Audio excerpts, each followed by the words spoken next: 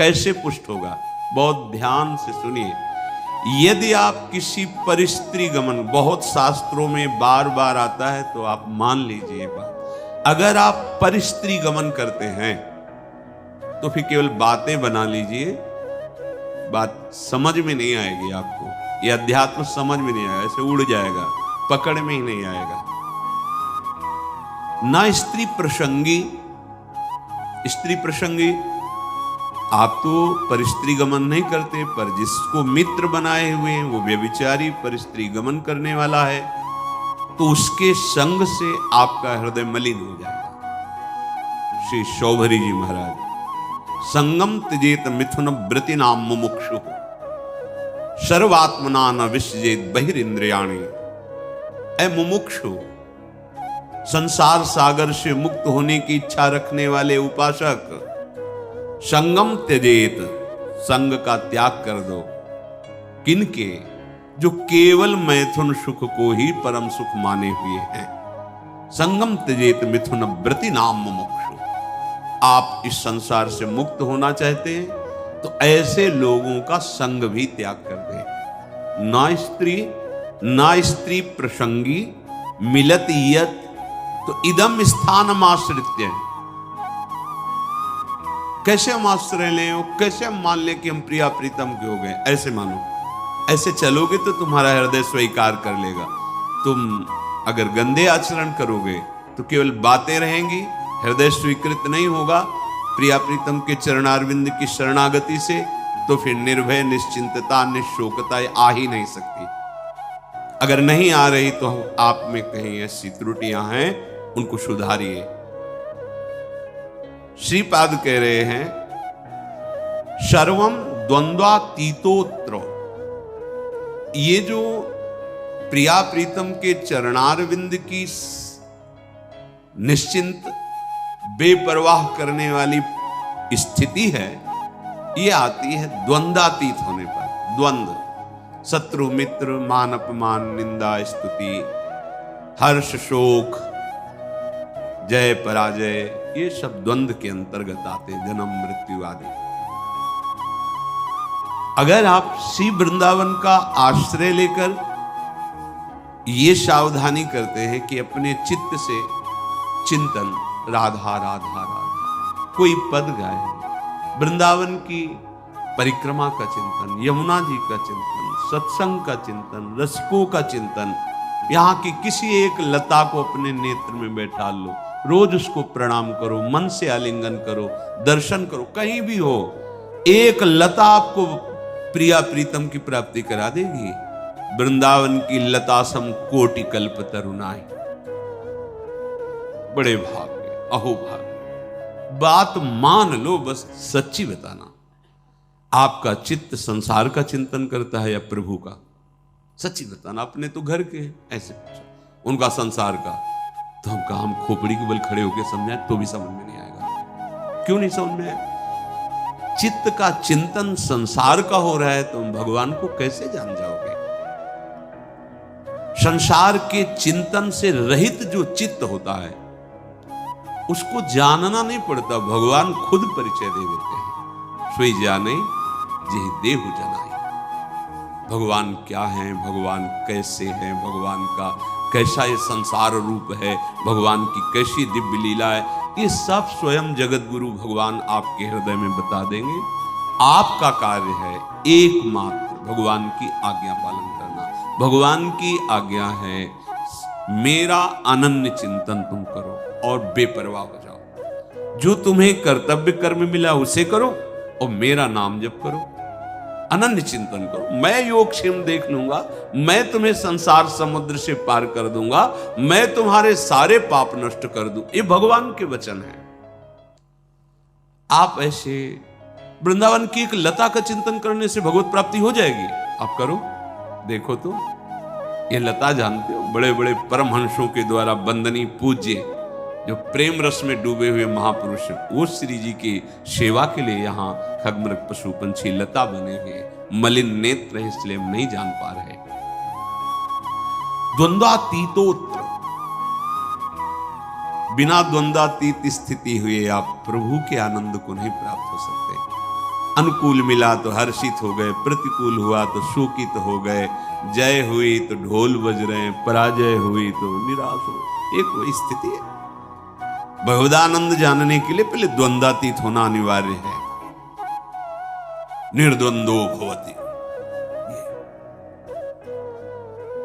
भगवत चिंतन परायण अंतःकरण में ही ये भागवतिक तत्व का अनुभव होता है। जैसे निर्मल जल, शांत जल तो नीचे की वस्तु दिखाई देती है, ऐसे ही जो आत्म तत्व से प्रकाशित हो रहा है अंतःकरण, उसी के बल से आप वहां तक दृष्टि पहुंच जाएगी जो अपना स्वरूप है, जो मैं है। अध्यात्म को बातों से नहीं जाना जाता। निरंतर चित्त की स्थिति को जहां जानना है वहां लगाना है। संसार से चित्त हटाए बिना प्रभु को जान नहीं सकते, पक्की बात समझ। फिर जानना नहीं पड़ेगा, वो तुम्हारे हृदय में बैठे मिलेंगे। जा ही न चाही कबों कछ, क्योंकि चाह ही चिंतन कराती है संसार का। जब कोई चाह ही नहीं, चिंतन ही नहीं संसार का, न सोचती न कांक्षती, तो ब्रह्मभूत हो गए। प्रसन्न आत्मा, अखंड प्रसन्नता जागृत हो गई। कंदादि भीर परवशै कल्पयन देह वृत्ति, निरपेक्ष भाव से शरीर से भी रहेंगे, इसकी भी कोई परवाह नहीं। चित्त से तभी चिंतन अखंड बनेगा। देह चिंतन, देह के निर्वाह का चिंतन आराध्य देव पर, जो हमें उपासना या कर्म कर्तव्य मिला है उसे दृढ़ता पूर्वक करते हुए भगवत स्मरण परायण, जो मिल जाए भगवत इच्छा से देह पालन हेतु, वो वस्त्र, वो भोजन, विलासिता का भाव अंदर नहीं होना चाहिए। जैसे प्रभु रखे तो अत्युज्वल भाव आपके हृदय में प्रकाशित हो जाएगा। एक एक शब्द समझो। अगर आप ऐसे चलोगे तो भावे नात्युज्वले नात्मनि मधुरतरे न्यस्य राधा पदाब्ज, जिसकी चाह है वो बात बन गई। कैसे बनेगी? किसी भी स्त्री की तरफ काम भाव से मत देखो, चरणों की तरफ देखो, निकल जाओ। ज्यादा मनमानी करोगे तो ये जीवन व्यर्थ चला जाएगा। ऐसे लोगों की संगोष्ठी में मत बैठो जो वासना को जगाते हैं और वासना को बढ़ाते हैं। सीधाम वृंदावन का आश्रय लेकर रसिकों की बताई पद्धति से उपासना, तो अपने आप द्वंद्वातीत होते चले जाएंगे। क्योंकि उपासना आपको सहनशीलता प्रदान करेगी। सहनशील व्यथित नहीं होता, बहुत संपत्ति आ जाए तो भी उदासीन रहता है। जाना है, कुछ नहीं जाएगा, क्यों फूल रहे हो? सब कुछ नष्ट हो गया, जाना है, क्यों शोक कर रहे हो, क्यों भूल रहे हो? अपने पास तो अक्षुण्ण संपत्ति है, अविनाशी सी श्यामा श्याम, क्यों शोक करते हो? यहां सब कुछ जाना है। इतना सुंदर विवेक रहता है कि सहनशील महात्मा द्वंद्वातीत हो जाता है। चाहे कोई गृहस्थ में हो, चाहे विरक्त में हो, महात्मा एक स्थिति है का नाम है। जो महात्मा है वो एक स्थिति है, साधुता एक स्थिति का नाम है। जैसे प्रधानमंत्री एक पद है, ऐसे साधुता एक स्थिति का नाम है। वेश मात्र को नहीं, स्थिति। जहां कहीं साधु का वर्णन होगा वहां लक्षणों का वर्णन, स्थिति का वर्णन पाया गया है। ये तो आचार्य परंपरा से वेश दिया गया है। वेश है, स्थिति नहीं तो अधूरा। बिन विवेक वैराग भक्ति बिन सत्य नये को मानो, भगवत विमुख कपट चतुराई सो पाखंडे जानो, भगवत ऋषि जी महाराज कह रहे। अगर वेश है और उद्देश्य भी पक्का है तो सोने में सुगंध मानो। फिर क्या कहना है? फिर तो सतरति सा लोकांतार्यति मम भक्ति युक्तो भुवनम पुनात। लोक के लोक पावन करने की सामर्थ्य महात्मा रखता है। हम देह को बहुत दुलार करते हैं, इसी के भरण पोषण में, इसी की चिंता में। देख लो, आप देखो, इसी की चिंता में, इसी के भोगों में, इसी के संग्रह में, तभी हम द्वंद्वों पर विजय प्राप्त नहीं कर पाते। यदि हम भगवत चिंतन परायण हों तो इतना सुंदर विवेक जागृत हो जाता है, हर द्वंद्व में वो सम रहता है। स्तुति में, प्रशंसा में, निंदा में, अपमान में, चाहे जैसी परिस्थिति हो, इतना सुंदर विवेक रहता है, वो अपने को बचा लेता है, उसमें फंसने नहीं देता। तो क्या स्थिति आती है ऐसे उपासक? बोले अत्युज्वल, मधुर से मधुर चित्त में श्री राधा चरणारविंद का प्रकाश, ये परम लाभ। यत पाद पद्म नक्षत्र मणि छटाया, ऐसी अद्भुत छटा प्रेम की विकलता आ जाए तो द्वंद्वम वृंदावनांतरगमय दिन निशा नित्य तन्नाम जापी। आहा, श्रीपाद कह रहे हैं यदि आप, अब देखो जो ऊपर बताया कि इस पर आपको सावधान रहना है, तो इस पर हमारे पास बल नहीं है कि हम रोक सके, तो कह रहे हैं नित्य निरंतर तन नाम, उनका नाम जप करो। किनका? जिनका वृंदावन है, राधा राधा राधा। द्वंद्वम वृंदावनांतरगमय दिन निशा नित्यम तन नाम जापी। क्या परेशानी? राधा राधा राधा राधा। ना तो पवित्रता अपवित्रता का कोई, ना कोई ऐसा कि इस समय नहीं, इस समय हर समय श्रीपाद के दिन निशा, रात दिन, नित्यम तन नाम जापी। जो तन नाम जापी है वो न स्त्री प्रसंगी मिलती, यद इदम स्थानमाश्रित सर्व। वो साध्य साधन से, वो काल के भय से, तीनों तापों के भय से, पाप पुण्य के बंधन से, हृदय के अंधकार का नाश करके दिव्य ज्ञान प्रकाशित, समस्त द्वंद्वों पर विजय, ये सब प्राप्त हो जाता है। अच्छे से समझ लो, वृंदावनांतरगमय दिन निशा नित्य तन नाम जापी। रात दिन वृंदावन में जिनकी जय घोष होती रहती है, महारानी जो राधा राधा राधा राधा राधा। लालजू के हृदय का आह्लाद, प्रेम मूर्तिमान सांद्रानंद घन प्रेम मूर्ति किशोरी, राधा राधा। मान लो सब स्थितियां आपके हृदय में आ जाएंगी। अब बातें केवल करो और नाम जप ना करो, धाम चिंतन सत चिंतन न करो, फिर ये स्थिति कहां से आएगी? जहां चिंतन करते हो वही दशा आएगी आपके अंदर। विषयों का चिंतन करते हो तो विषयों की दशा आएगी। विषय नाशवान, परिवर्तनशील, शोक में, दुख में, दुखालयम में दुख ही तो है। तो यही आपको प्राप्त हो रहा है। बचना चाहते हो इससे, और चिंतन करते हो वही जिससे आपको ये दुख प्राप्त हो। चिंतन बदलो, आचरण बदलो, लक्ष्य आपका दृढ़ हो। असत नहीं सत, असतो मां सद्गमय।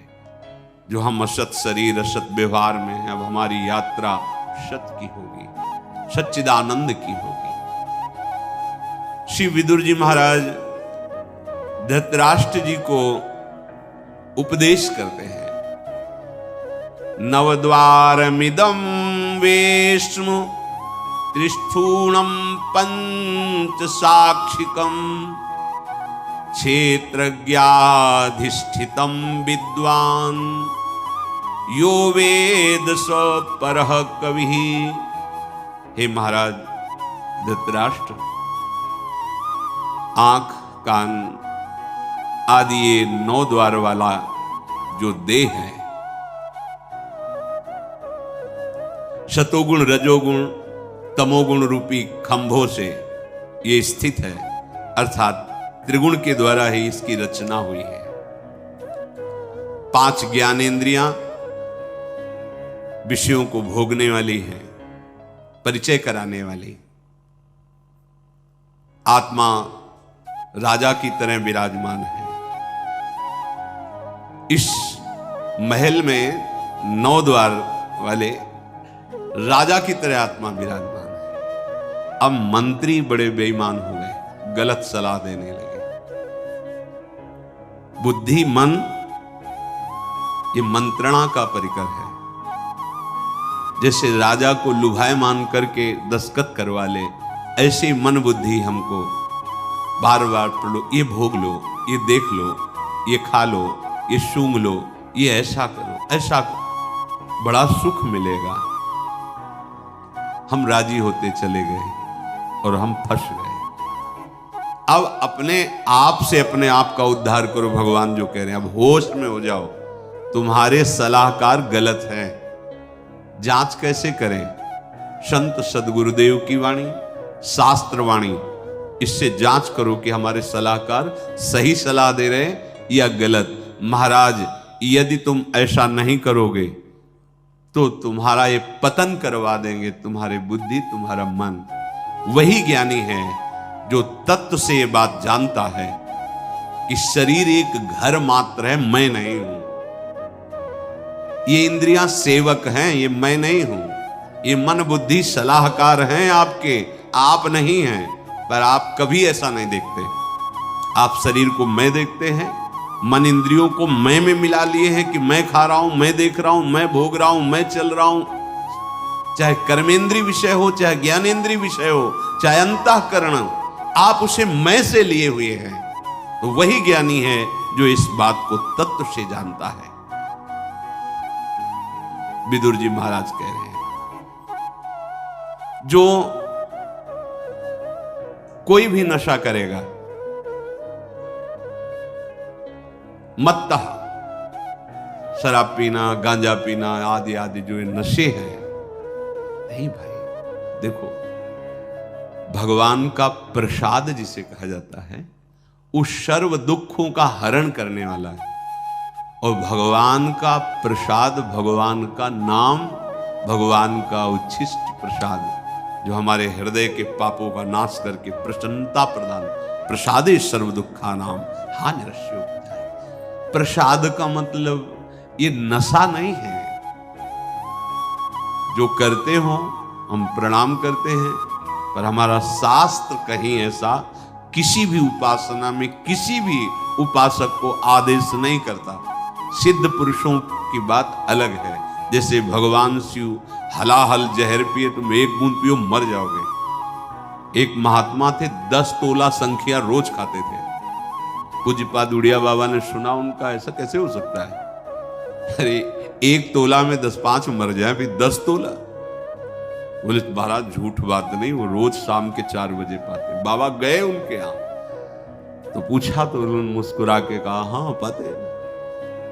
10 तोला संख्या आप कैसे पा जाते हैं? बोले शाम के 4 बजे बैठना, सिलबट्टा में डाला धतूरा संख्या जहर, पीसा, खप्पर में धोया, पी गए। बोले हमारा रोज का आहार है ये। हमें महापुरुषों का वही अनुकरण करना है जो उनके उपदेश से मिलता हो। कोई भी नशा, यहां देखो धर्मराज के साक्षात स्वरूप है, कोई भी नशा करने वाला तत्वबोध को प्राप्त नहीं होता।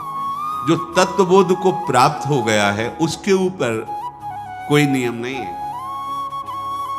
जैसे आद्य गुरु भगवान शंकराचार्य जी आगे जा रहे थे, पीछे शिष्यजन जा रहे थे। पता नहीं क्या भाव आया, मछलियां उठाई, ऐसे बिक रही, ऐसे उठाए, जब देखा गुरुजी ने खा लिया तो 4 शिष्यों ने नहीं खाया और शेष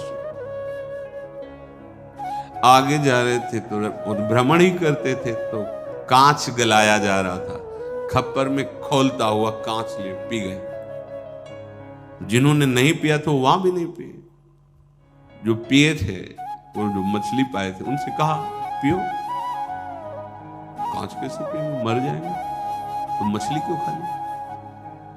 जो नहीं खाए थे उनसे कहा आपने क्यों नहीं खाया जब हमने खाया? तो उनका प्रभु आपने आदेश नहीं किया। आपने क्यों पा लिया? बोले आपने पाया तो हम पी तो रहे हैं, गलाया हुआ कांच पी ना पिए।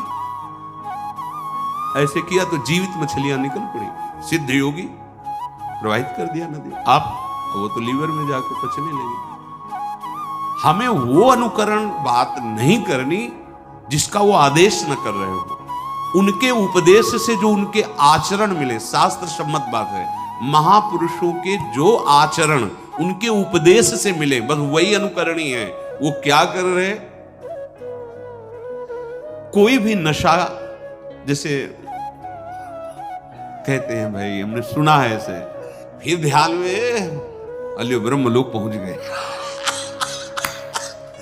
भाई हम प्रणाम करते सिद्धों को, हम उनके चरण सेवक हैं, पर हम अपने जैसे साधकों के लिए कह रहे भाई सिद्ध पुरुष तो हलाहल पिए हो जाने, उनका काम, उनकी मस्ती, वो तो भगवान को प्राप्त हो गए। भैया उनका काम बन गया है, उनमें भगवान में अंतर नहीं।